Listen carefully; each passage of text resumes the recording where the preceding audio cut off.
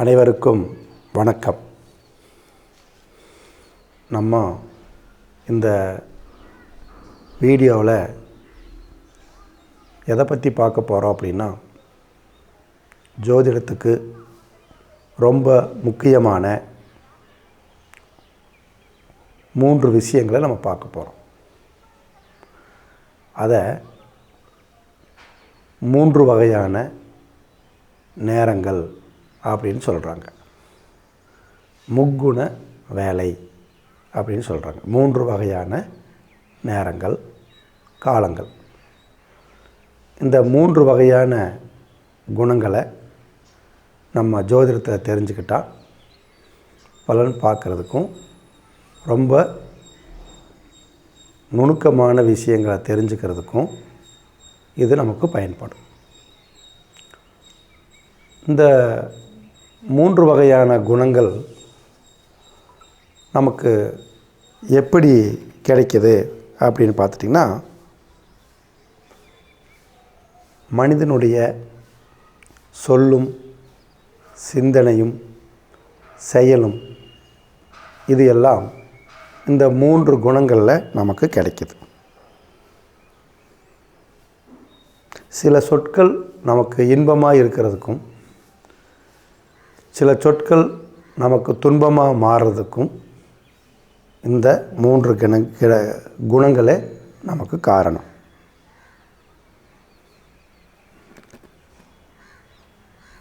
சில குணங்கள் செயல்படும்போது நமக்கு புண்ணியத்தை கொடுக்கிறது, கர்மாவை குறைக்கிறது,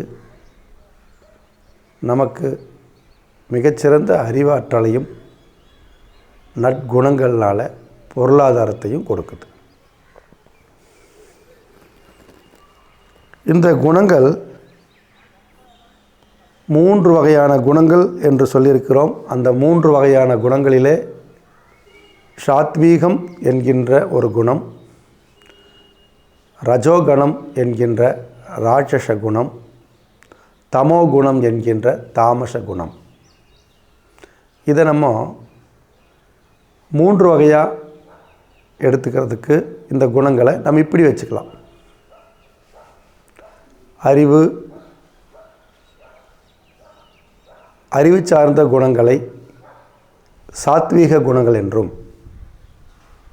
அதிகாரமான குணத்தை ரஜோகுணம் என்றும், அறியாமை என்கின்ற குணத்தை தமோ குணம் என்கின்ற தாமச குணம் என்றும் நாம் 3 வகையாக பிரித்து கொள்ளலாம். இந்த குணங்கள் நமக்கு எப்படி நமக்கு கிடைக்குது, எதன் வழியா அப்படிங்கிறத பார்க்கணும். இந்த குணங்களை நம்ம கடந்து செல்றதுனால நாம் மனித பிறவியில் இருந்து தேவ பிறப்புகளாக பிறந்து ரிஷிகளாக சித்தர்களாக மாறி இறைவனுடன் கலக்கிறதுக்கு தான் நம்ம மனித பிறவை எடுக்கிறோம் அப்படிங்கிறது முக்கியம். அப்போ இந்த குணங்கள் தான் மனிதனுக்கு நல்லதையும் கெட்டதையும் உண்டாக்குகிறது, அவர்களின் கர்மாவின் படி. அப்போ இந்த குணங்கள் எங்கே உண்டாகுகிறது, எப்படி உண்டாகிறது, இந்த 3 குணங்கள் எப்படி நமக்கு உண்டாகுது, எங்கிருந்து உண்டாகுது, இந்த 3 குணத்தை நம்ம தெரிஞ்சுக்கிட்டோம்னா, முக்குணங்களை நம்ம தெரிஞ்சுக்கிட்டால் இதை நம்ம கடக்கிறதுக்கு பயனுள்ளதாக இருக்கும். ஒரு குழந்தை விந்துவில் இருந்து சுக்கிலத்திலிருந்து, விந்து என்கின்ற சுக்கிலத்திலிருந்து சுரோனிதம் என்கின்ற கருப்பைக்குள் அடையும் போது அது கருப்பையிலே 360 டிகிரி என்கின்ற வட்டத்துக்குள், அது எந்த வட்டத்துக்குள் எத்தனையாவது பாகையில் எந்த குணத்தில் அது விழுகிறதோ அதை பொறுத்து அந்த குழந்தையினுடைய பிறப்பிலேயே அது செயல்பட ஆரம்பிப்பது தான் இந்த முக்குணங்கள். இந்த செல் உருவாகும்போது ஒவ்வொரு செல்லுக்குள்ளாரையும் இந்த முக்குணங்களின் வேலைப்பாடுகள் இருக்கும். ஆக நாம் பிறக்கும் போதே இந்த 3 குணங்கள் அந்த கரு உற்பத்தியாகக்கூடிய நேரகம், கரு உற்பத்தியான இடம், இந்த இரண்டையும் பொறுத்து அந்த குணம் மாறுகிறது. அப்போது சாத்வீகம் என்றால் அறிவு, ரஜோகுணம் என்றால் அதிகாரம், தமோகுணம் என்றால் அறியாமை. இந்த 3 விஷயங்கள் அங்கே நமக்கு கரு உற்பத்தியாகும் போதே நமக்கு அது நடக்கிறது. இந்த 3 குணங்களின் பண்புகள் என்ன அப்படின்னு பார்க்கும்போது, சாத்வீகம் என்பது மிக மிக உயர்ந்த அறிவை பெற்ற குணம். அதைவிட கொஞ்சம் குறைஞ்ச அளவுக்கு பெற்றிருக்கிறது ராட்சச குணம். அதைவிட குறைந்து காணப்படுவது தமோகுணம் என்கின்ற தாமச குணம்.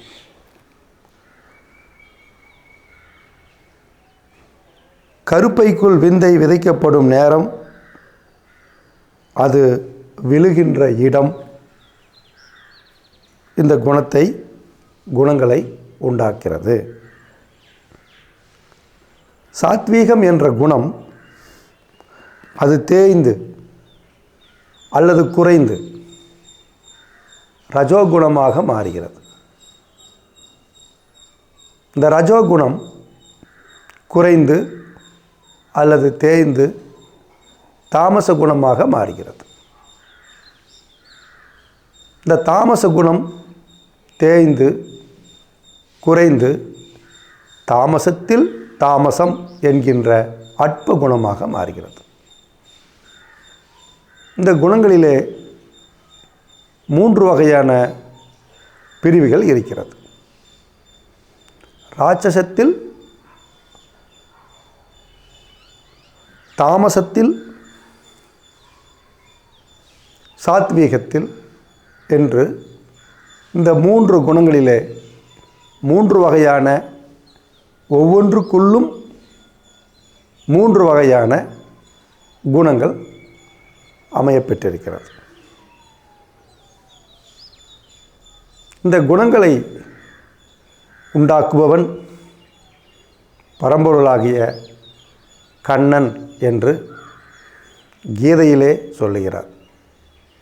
அதை ஜோதிடத்திலே புத பகவான் தான் இதற்கு முக்கிய காரணம் என்றும் ஜோதிட சாஸ்திரம் தெளிவாக சொல்லுகிறது. சாத்வீகம் என்ற குணத்திற்குள்ளே சாத்வீகத்தில் சாத்வீகம், சாத்வீகத்தில் ரஜோகுணம், சாத்வீகத்தில் தாமசம் என்ற 3 அடிப்படைகளை பிரித்து வைத்திருக்கிறார்கள். சாத்வீகத்தில் மட்டும் ஒரு குழந்தை பிறந்துவிட்டால் அது மிகவும் உயர்ந்த அறிவை பெற்றிருக்கிறது என்று சொல்வதை விட, அந்த சாத்வீகத்தில் சாத்வீகம் என்கின்ற அடிப்படையிலே பிறக்கின்ற குழந்தைகளே முழுமையான ஞான அறிவையும் முழுமையான பக்தியையும் முழுமையான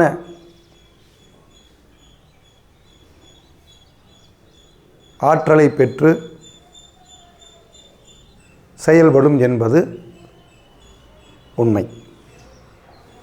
இந்த சாத்வீகத்திலே ரஜோகணம் இந்த அடிப்படையிலே பிறக்குகின்ற குழந்தைகள் அறிவாளிகளாக இருந்தாலும் கூட அவர்கள் அதிகாரத்தின் மேல் ஆசைப்படுபவர்களாக இருக்கிறார்கள். அறிவும் அதிகாரமும் பெற்ற குழந்தைகள் இவர்கள் எதையும் தனக்கு வேண்டும், தான் இந்த நாட்டுக்கு ராஜாவாக இருக்க வேண்டும், தான் ஒரு உயர் பதவியில் தான் இருப்பேன், தன்னுடைய அதிகாரத்தில் தான் இருக்க வேண்டும், எனக்கு இந்த மாதிரியான வீடு வேண்டும், இந்த மாதிரியான பொருட்கள் வேண்டும் என்று வேண்டும் வேண்டும் என்று அதிகாரத்துடன் பெற்றுக்கொள்கின்ற குழந்தைகளாக இருப்பார்கள். சாத்வீகத்தில் தாமசம் இந்த அமைப்பை பெற்ற குழந்தைகள் அறிவாளிகளாக இருந்தாலும் கூட அவர்கள் எதன் மேலேயும் பற்றில்லாமல் தனக்கு கிடைக்கும்போது கிடைக்கட்டும் என்பதை போல் நடந்து கொள்வார்கள். இப்படி நம் முன்னோர்கள் ஜோதிடத்திலே இந்த ரகசியங்களையெல்லாம் ரகசியமாக கோடிட்டு காட்டியிருக்கிறார்கள். நாம் ஒரு ஜாதகத்திலே ஒரு குழந்தையின் ஜனன காலத்திலே அந்த ஜாதகருக்கு நாம் பலன்களை உரைப்பதற்கு முன் நாம் கவனிக்க வேண்டிய இந்த முக்கியமான விதிகள், இந்த முக்குண வேலையை பார்க்க வேண்டும். இத்துடன் கிழமைகளையும் பார்க்க வேண்டும். இந்த கிழமைகள் 3 வகையாக பிரிக்கப்பட்டிருக்கிறார்கள். திங்கள், வியாழன் சாத்வீக கிழமை என்றும், செவ்வாய், வெள்ளி ராட்சச குணம் என்ற ரஜோ கிழமைகளாகவும், புதன், சனி, ஞாயிறு தாமச கிழமைகளாகவும் பிரிக்கப்பட்டிருக்கிறது. ஆக நாம் ஒரு குழந்தைகளுக்கு ஜாதகம் பார்ப்பதற்கு முன் நாம் இந்த குணங்களையும் இந்த கிழமையின் குணத்தையும் முக்குணங்களின் அமைப்பையும் பார்த்து அந்த குழந்தைகளுக்கு எப்பேற்பட்ட கிரக அமைப்புகள் இருக்கிறது என்று பார்த்து அந்த கிரகம் எந்த குணத்தின் வழியாக செயல்படுகிறது என்பதை நாம் நுணுக்கமாக பார்க்க வேண்டும். ஒருவர் திங்கட்கிழமையிலே பிறக்கிறார் என்றார், அவர் சாத்வீக கிழமையிலே பிறக்கிறார்.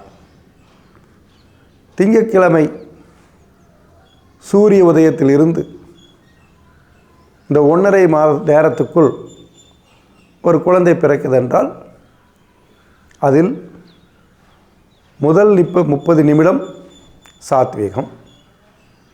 அது சாத்வீகத்தில் சாத்வீகம். அந்த சாத்வீகம் என்பது 1.5 மணி நேரம். அந்த 1.5 மணி நேரத்தில் அதில் ஒரு பங்கு 30 நிமிடம். அந்த 30 நிமிடம் அரை மணி நேரம் என்பது உங்களுக்கு சாத்வீகம். கிழமையும் சாத்வீகம், நேரமும் சாத்வீகம், வேலையும் சாத்வீகம். இப்படி பிறக்கின்ற குழந்தைகள் அறிவு ஆற்றல் பெற்றவர்களாகவும் மெய்ஞானத்தை உணரக்கூடிய குழந்தைகளாகவும் இருப்பார்கள். அதே திங்கட்கிழமையில் காலையில் 6 மணி 30 நிமிஷத்துக்கு மேல் 7 மணிக்குள் 6:30 மணி முதல் 7 மணிக்குள் ஒரு குழந்தை பிறக்கிறது அப்படின்னா அது சாத்வீகம். சாத்வீகத்தில் ராஜச குணம். சூரிய உதயம் முதல் 6 மணி முதல் 6:30 மணி வரை அந்த அரை மணி நேரம் சாத்வீகம். 6:30 முதல் 7 மணி வரை ரஜோகுணம். இந்த குணத்திலே பிறக்கின்ற குழந்தைகள் அதிகாரத்தை, அறிவையும் அதிகாரத்தையும் பயன்படுத்தும். 7 மணி முதல் 7:30 மணி வரை தாமச குணம். இந்த வேளையிலே பிறக்கக்கூடிய குழந்தை அறிவாக இருந்தாலும் கூட பற்றற்று எதை எப்போது எப்படி செய்ய வேண்டும் என்பதை உடனடியாக அது செய்யாமல் மெதுவாக செய்யும். கற்றுக்கொள்வது சிரமம், கற்ற பின் தன்னுடைய அறிவை பெற்றுக்கொள்ளும். இந்த முக்குணத்தினுடைய வேலையில் இப்படி நம்ம பிரித்து பார்க்கணும். சரி, இப்படி ஒவ்வொரு கிழமைக்கும் ஒவ்வொரு வேலைக்கும் உள்ள பலன்களை நாம் பார்த்து கொண்டே போனோம் என்றால் அதற்கு தனியான அத்தியாயமே தேவைப்படும். அப்போ நம்ம சொல்ல வர்ற விஷயத்தை ஷார்ட்டாக பேசி முடிக்க முடியாதுங்கிறனால நம்ம இந்த குணங்களை எப்படி நாம் தெரிஞ்சுக்கிறது, இந்த குணத்தினால் நம்மளுக்கு என்ன பயன் அப்படிங்கிறது தான் இந்த வீடியோனுடைய சுருக்கமான ஒரு கருத்து. அப்போ சாத்வீகத்தில் பிறக்கக்கூடியவர்கள் இது எதனால் எப்படி கடப்பது, இந்த சாத்வீகத்தை நாம் எப்படி கடந்து செல்வது என்பதை நாம் பார்க்க வேண்டும். சாத்வீகத்தில் சாத்வீகமாக மாற நாம் என்ன பலன்களை பண்ண வேணும் அப்படிங்கிறத நம்ம பார்த்துக்கணும். ஒரு மனிதன் சாத்வீகத்தில் இருக்கக்கூடியவன் அந்த குணங்கள் எப்படி உண்டாகிறது அப்படின்று பார்க்கும்போது இதை மெய்ஞானிகளும் விஞ்ஞானிகளும் ஒப்புக்கொள்கின்ற ஒரு விஷயம் என்னவென்றால் உணவு. ஒரு சாதாரண உணவிலே இவ்வளவு விஷயங்கள் இருக்கிறதா என்றால் ஆம், இது விஞ்ஞானபூர்வமான உண்மைதான், ஆன்மீகத்தின் அடிப்படையிலும் உண்மைதான் என்பதை நாம் தெரிந்து கொள்ள வேண்டும். ஒரு குழந்தை பிறக்கும்போதே அது சாத்வீகத்தில் பிறந்திருக்கிறது என்று நாம் வைத்து கொண்டால் அது உண்ணும் உணவுகளால் சிறுக சிறுக அது ரஜோகணமாக மாறும். ஒரு குழந்தை ரஜோகணத்தில் பிறந்திருக்கிறது என்றால் அந்த குழந்தை உண்ணும் உணவினால் அது தாமோ குணமான தாமச குணமாக மாறும். ஒரு குழந்தை தாமசத்திலே பிறந்திருக்கிறது என்றால் அக்குழந்தை உண்ணும் உணவிலே தாமசம் உணவுகளை உண்டால் அது தாமசத்தில் தாமசமாக மாறும் என்பது திண்ணம். அப்போ ஒரு குழந்தை, உங்களுடைய குழந்தையோ நீங்களோ எந்த குணத்தில் பிறந்திருக்கிறீர்கள் என்பதை உங்கள் ஜாதகத்தை வைத்து துல்லியமாக நாம் சொல்ல முடியும்.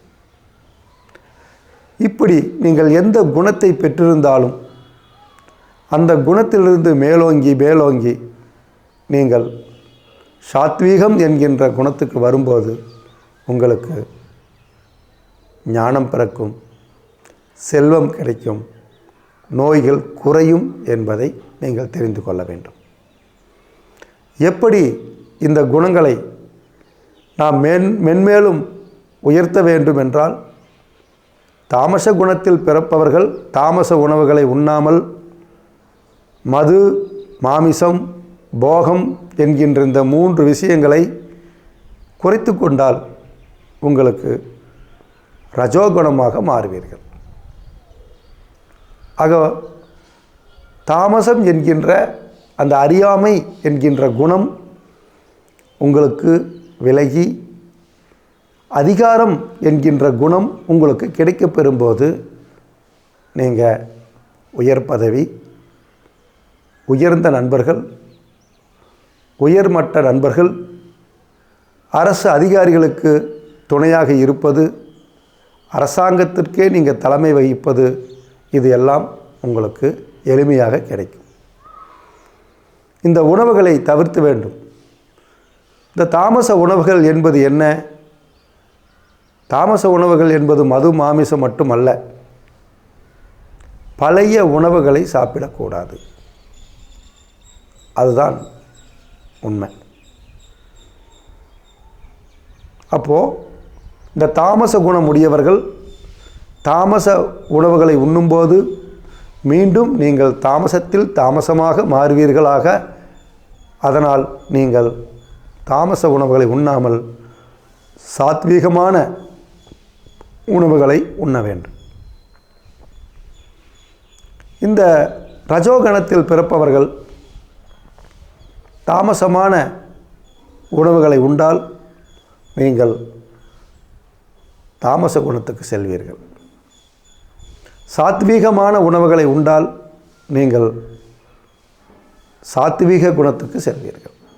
பிறக்கும்போது நீங்கள் ரஜோகுணத்தில் பிறந்திருந்தாலும் கூட உங்களுடைய உணவு ஒழுக்கம் என்கின்ற 2 விதிகளை நீங்கள் கற்றுக்கொண்டால் நீங்கள் அறிவு, ஞானம், மெய்ப்பொருள், மெய்ஞானம், இறையருள் பெறுவீர்கள்.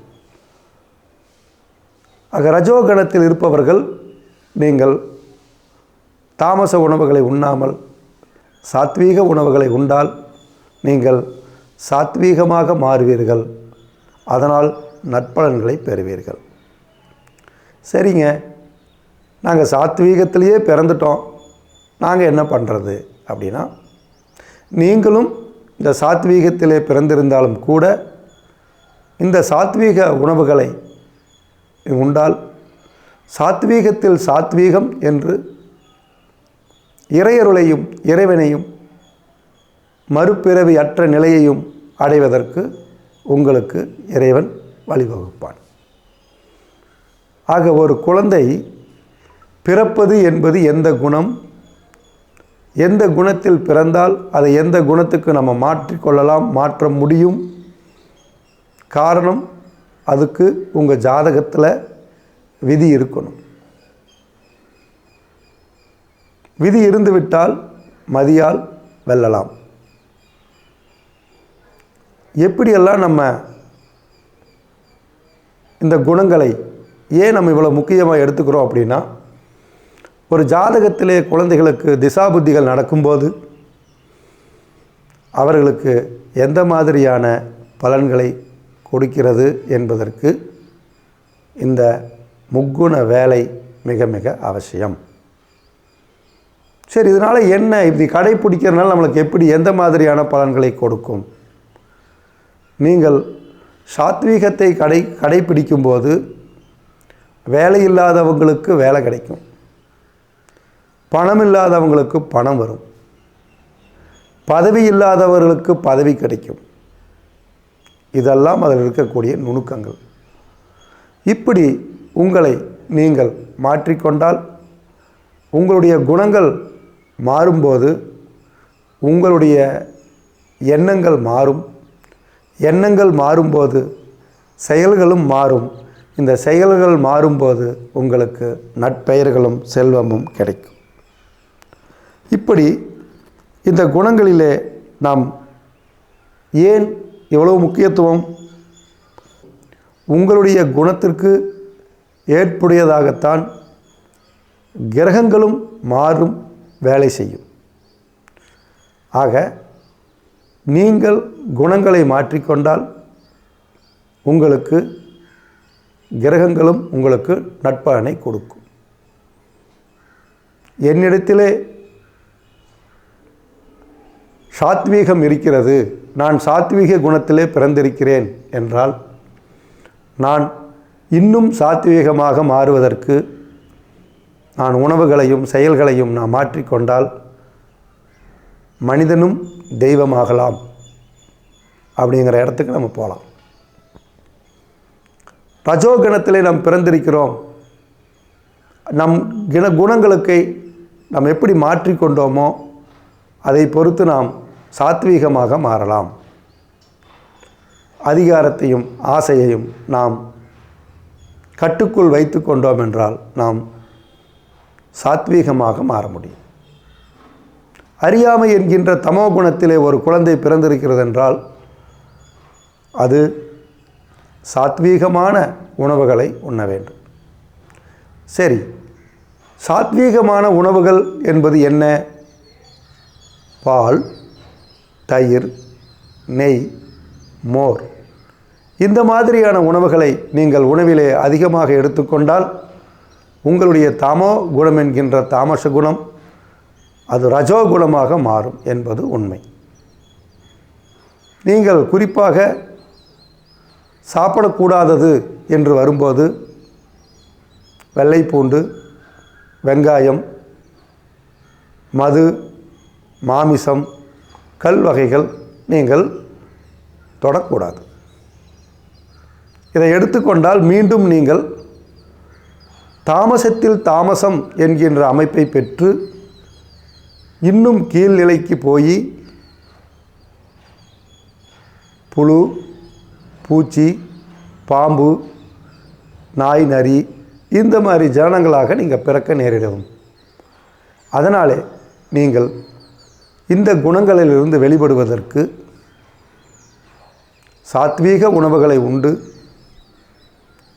கண்ணனை வழிபாடு செய்து, பகவத்கீதையை படித்து, உங்களுடைய வாழ்க்கையிலே எந்த மாதிரியான விஷயங்களுக்கு நீங்கள் எப்படி உங்களை மாற்றிக்கொள்கிறீர்களோ அதை பொறுத்து உங்களுடைய வாழ்க்கை துரிதமாக மாறிவிடும் என்பது நிதர்சனமான உண்மை.